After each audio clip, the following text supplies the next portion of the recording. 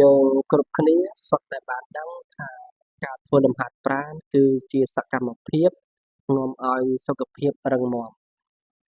ប៉ុន្តែការធ្វើលំហាត់ប្រាណក៏អាចមានផលប៉ះពាល់ផងដែរទៅលើតម្រងនោមរបស់យើង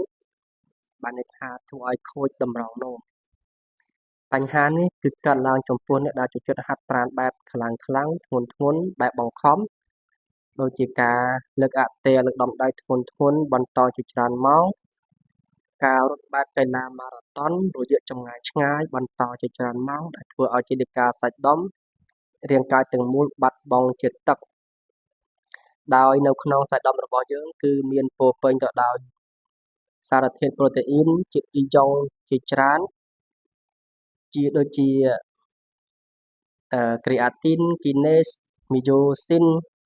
បាទជាពិសេសគឺមីយ៉ូក្លូប៊ីនដែលវានឹងមានការប្រេះបែកចេញពីជានិកាសាច់ដុំនិងហូរជ្រៀតចូលទៅក្នុងចរន្តឈាមដែលគេហៅថា rhabdomyolysis នេះគឺជាបន្ទុកដ៏ធ្ងន់ធ្ងរចំពោះតម្រងនោមដែលត្រូវការច្រោះសារធាតុទាំងអស់នេះចោលតាមទឹកនោមនេះហើយដែលវាជាមូលហេតុធ្វើឲ្យមានការខូចតម្រងនោមពីការហាត់ប្រាណ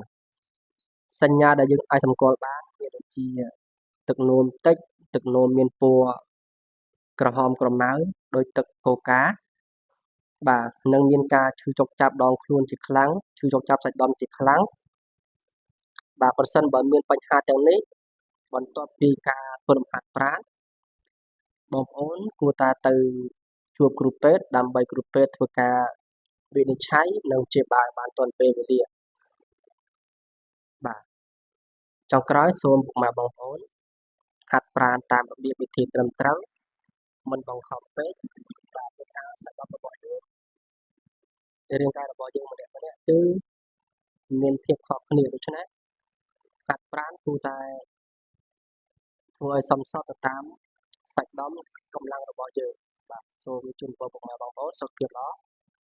គ្រប់គ្នា